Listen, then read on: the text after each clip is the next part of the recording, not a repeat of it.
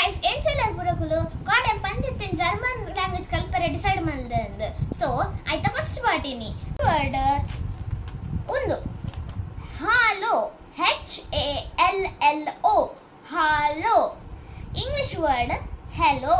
HALLO. Hallo. Undu first word namma. So, next word yeah. Next word yeah. Nama next word undu.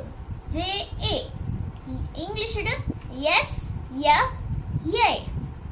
Undu yeah. JA yeah. English idu yes, yup, yay. Undu yeah.